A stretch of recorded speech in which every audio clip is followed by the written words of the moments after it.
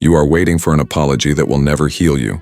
You sit there replaying their words, their silence, their empty promises. You tell yourself that once they acknowledge the wound, once they say the magic words, once they finally see what they did to you, then you will be whole again. This is the cruelest lie you tell yourself. You have made them the keeper of your peace. You have handed over the keys to your sanctuary to the very person who burned it down. You wait at the altar of their recognition, sacrificing your present moment for the ghost of their remorse. But healing, true healing, has nothing to do with them. The wound was theirs to give. The healing is yours to claim. And you have been giving away your power to the very hands that tried to destroy you. Look at yourself. Look at how you've arranged your entire emotional life around their potential acknowledgement. Look at how you've made yourself small, waiting for someone else to make you whole. Look at how you've confused their responsibility for your reality. This ends now. This waiting ends now. This begging for scraps of recognition from those who should never have taken your feast. This ends now. From childhood, you learned this poison. You learned that your worth depended on others' approval, that your pain required their validation to be real. They taught you to be small, to wait, to beg for scraps of acknowledgement from those who should have given you the world. Your parents did it. Say you're sorry, they demanded, as if words could undo the damage, as if the victim's healing depended on the perpetrator's performance. Your teachers did it. Shake hands and make up, they said, forcing you to smile at the child who made you bleed. Your lovers did it. Your friends did it. Society did it. They conditioned you to believe that the person who breaks you is the only one who can fix you, so you wait. You explain your pain in careful letters they will never read. You rehearse conversations that will never happen. You practice forgiveness speeches for ears that have already forgotten your name. You write texts you'll never send, imagining their shock, their realization, their desperate attempts to undo what cannot be undone. This waiting is not patience. It is self-abandonment. This hope is not virtue. It is a prison you've built with your own hands. You have confused their apology with your healing, their recognition with your reality. You have made yourself a beggar at the door of someone who stole from your house. You have given them the power to determine not just how you were hurt, but how you will heal. The truth cuts deeper. They may never apologize. They may never see. They may die believing they were right, justified, innocent. They may rewrite history in their favor, paint themselves as the victim, tell everyone who will listen that you were the problem. And still, you must heal. And still, you can heal.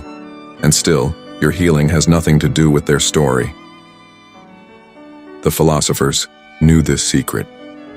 They understood that freedom is not the absence of wounds, but the presence of choice in how we carry them.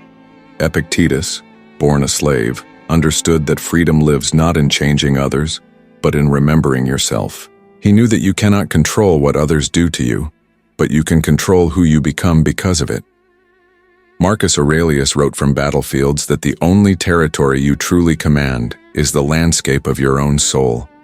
Nietzsche spoke of the eternal return, the idea that you must love your life so completely you would live it again exactly as it was, even with its wounds, even with its betrayals. Not because the wounds were good, but because your response to them made you who you are. This is not about forgetting. This is not about forgiveness as weakness or denial as strength. This is about reclaiming the throne of your own existence. When you realize that your healing belongs to you alone, something magnificent happens. The weight lifts. The waiting ends. The beggar stands up and remembers they are royalty. The victim transforms into the hero of their own story. Your wound becomes your teacher, not your master. Your pain becomes your strength, not your weakness. Your scar becomes your wisdom, not your shame. You stop looking for healing in their words and start finding it in your own voice. You stop waiting for them to see you and start seeing yourself. You stop needing their apology and start giving yourself the recognition you always deserved. Here is the new virtue. Healing from abundance, not from need. You heal not because they apologized, but because you remember who you are beneath the wound. You heal not to prove something to them, but to reclaim something for yourself. You heal not because you have to, but because you choose to. This healing flows like a river that needs no permission to reach the sea. It shines like the sun that gives light, not because it must, but because it is its nature to shine. It grows like a tree that pushes through concrete, not asking the concrete's permission to live. You stop waiting for their sorry and start saying hello to yourself. You stop explaining your pain to deaf ears and start listening to your own wisdom. You stop begging for their understanding and start understanding that you never needed it. The healed you is not the you who forgives them. It is the you who remembers that their actions were about them, not you. Their betrayal was their story, not your truth. Their apology or lack thereof is their burden, not your destiny. You heal when you realize that you were whole before they wounded you. You remained whole during the wound. And you are whole now, as you choose to heal.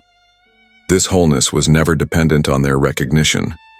This wholeness was never diminished by their blindness. This wholeness was always yours, waiting beneath the debris of their damage for you to remember it.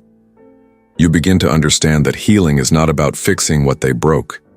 It's about remembering what they could never touch. The core of you. The essence of you. The truth of you that exists independent of their opinion, their actions, their presence or absence. This is not healing despite their silence.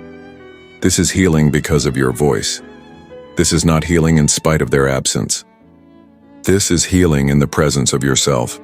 This is not healing that waits for their permission. This is healing that gives itself permission. You become the sun in your own sky. You become the river in your own landscape. You become the home you were always seeking in someone else's acknowledgement. But even this newfound power must learn to rest. Even the river must sometimes slow to a still pool. Even the sun must set to know its own light. Even the strongest trees must shed their leaves to grow new ones. The healed soul learns the wisdom of withdrawal, the grace of stepping back from its own strength. You retreat not in defeat, but in mastery. You choose silence not because you have nothing to say, but because you have said enough. You disappear from their story not because you are weak, but because you are complete. In this silence, something dies. The you who needed their apology dies. The you who waited for their recognition dies. The you who made your healing dependent on their healing dies. The you who measured your worth by their words dies. And in this death you are reborn. In the quiet you hear your own heartbeat, steady, strong, independent of their rhythm. In the stillness you feel your own strength, complete, whole, needing. No external validation. In the solitude you meet the person who was there all along, the one who could heal you, the one who always had the power, the one who is you. This silence is not empty, it is full. Full of your own presence. Full of your own wisdom. Full of your own love returning to itself. This is not the end of healing, this is healing's perfection. The moment when you realize that you were never broken, only forgotten. Never damaged, only disconnected from yourself. Never worthless, only temporarily convinced that your worth came from outside. The apology you were waiting for? You give it to yourself. Not as forgiveness for their actions, but as recognition for your own strength. Not as absolution for their sins, but as celebration of your survival. Not as sorry for their behavior, but as gratitude for your resilience. You apologize to yourself for the waiting. You apologize to yourself for the seeking. You apologize to yourself for believing that anyone else held the key to your healing. And, in this self-apology, you find the only sorry that ever mattered. Stop waiting. Start remembering. Stop seeking their apology. Start giving yourself recognition. Stop explaining your worth to those who cannot see it. Start seeing it yourself. If these words have found their way to your heart, if you feel the truth stirring in your chest like a long dormant fire finally catching flame, write this in the comments. I remember who I am. Not as a prayer to them, but as a promise to yourself. Not as hope for their return, but as commitment to your own presence. Not as a wish for their apology, but as recognition of your own worth. Your healing doesn't live in their apology. It lives in your recognition. It lives in your choice. It lives in the moment you stop looking for yourself in their eyes and start seeing yourself in your own mirror. The wound was theirs to give. The healing is yours to claim. The power was always yours to remember. Remember who you are. You are not what they did to you.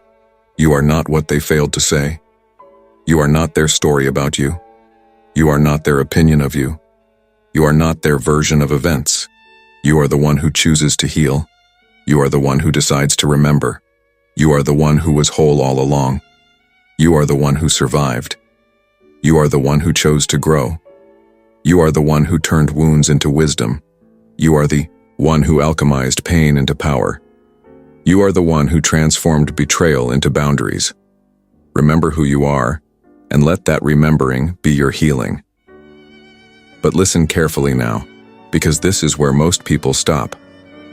They read these words, they feel the fire, they nod their heads, and then they go back to waiting. They go back to checking their phone for the message that will never come. They go back to rehearsing conversations with ghosts. Don't be most people. The path of remembering is not a destination. It is a daily choice. Every morning you wake up, you choose. Will you give your power away again? Or will you remember who you are? Will you seek validation from those who cannot see you? Or will you validate yourself? This choice is not made once. It is made moment by moment, breath by breath, decision by decision. When they show up in your dreams, uninvited, you choose to wake up and remember. Their presence in your subconscious does not give them power in your conscious life. When their name appears on your screen, when their mutual friends ask about them, when you see their face in crowded places, you choose. You choose to feel the feeling without giving it authority over your day. You choose to acknowledge the trigger without becoming the victim of it. When well-meaning friends say maybe they've changed, maybe they're sorry, maybe you should reach out, you choose. You choose to smile and change the subject. You choose to protect your peace over their comfort. You choose your healing over their curiosity. The sun doesn't ask the night for permission to rise. The river doesn't ask the stone for permission to flow. The flower doesn't ask the soil for permission to bloom. The mountain doesn't ask the wind for permission to stand. And you don't need their apology to remember that you were always free. You were always enough, not enough for them, because they were not capable of seeing enough, but enough for life itself, enough for love itself, enough for the universe that conspired to create exactly you. You were always worthy, not worthy of their treatment because their treatment was about their woundedness, not your worth. But worthy of respect, worthy of kindness, worthy of love that doesn't need to be earned or proven or begged for. You were always whole, not whole in their eyes, because their eyes were trained to see lack, to see problems, to see what they could fix or control or change about you. But whole in the way that matters, complete unto yourself, needing no external validation to know your own reality. Their failure to see this was their blindness, not your emptiness. Their failure to acknowledge this was their poverty, not your lack. Their failure to apologize was their limitation, not your reality. Their failure to love you properly was their tragedy, not your inadequacy. And here is what they will never understand. Your healing without their apology is the most powerful thing you will ever do. It is proof that you are not a victim of their story, but the author of your own. It is evidence that your worth was never dependent on their recognition. They may watch from the sidelines as you flourish. They may see you happy, peaceful, successful, loved, and they may feel a pang. They may finally understand what they lost. They may finally want to apologize. And you know what? By then it won't matter. Not because you're bitter, not because you're holding grudges, but because you will have moved so far beyond needing their validation that their belated recognition feels like yesterday's weather. Interesting, perhaps, but irrelevant to the life you're living now. This is the ultimate healing. When their apology becomes optional, when their acknowledgement becomes unnecessary, when their opinion becomes just another voice in a crowd you no longer listen. To remember who you are. You are not the person who waits for permission to heal. You are not the person who needs others to validate your experience. You are not the person who makes your peace dependent on someone else's remorse. You are the person who says, I heal because I choose to heal. You are the person who says, I am whole because wholeness is my nature. You are the person who says, I am worthy because existence itself is worthy. And watch as everything changes, not because they finally saw you, but because you finally saw yourself. Not because they finally apologized, but because you finally stopped needing them to. Not because they finally understood, but because you finally understood that their understanding was never required for your truth to be true. The wound was theirs to give. The healing is yours to claim. The power was always yours to remember. The choice is always yours to make. Remember who you are, and let that remembering set you free, not from them, because they are already gone from your story, but free from the part of you that still believes you need their sorry to be whole. You don't. You never did. You never will. Remember who you are.